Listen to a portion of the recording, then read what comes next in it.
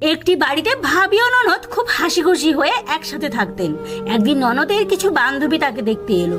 বান্ধবী বলল, কি রে, তোর ভাবি তো অনেক ভালো, একেবারে বোনের মতো।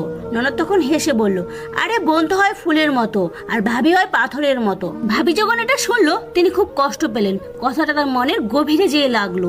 ভাবি মনে মনে ভাবতে লাগলো, আমি কি তবে ফুলের চেয়ে কম? আমি তো কখনো আমার ননদের সাথে খারাপ ব্যবহার করিনি। এরপর থেকে ভাবি চুপচাপ একা থাকা শুরু করলো, না কারোর সাথে কথা বলা, না হাসা।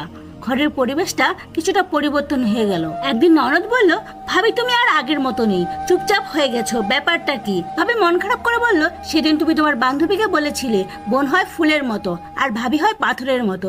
আমি কি এমন করেছি যে তোমার কাছে আমি পাথরের মতো হয়ে গেলাম? ননদ হেসে বলল, ভাবি তুমি আমার কথার আসল মানে বুঝুনি। ফুল খুব নরম, হালকা বাতাসে বা ঝড়ে নুয়ে পড়ে, কিন্তু পাথর শক্ত হয়, যা ঘরের ভিতকে মজবুত করে। আর তুমি হলে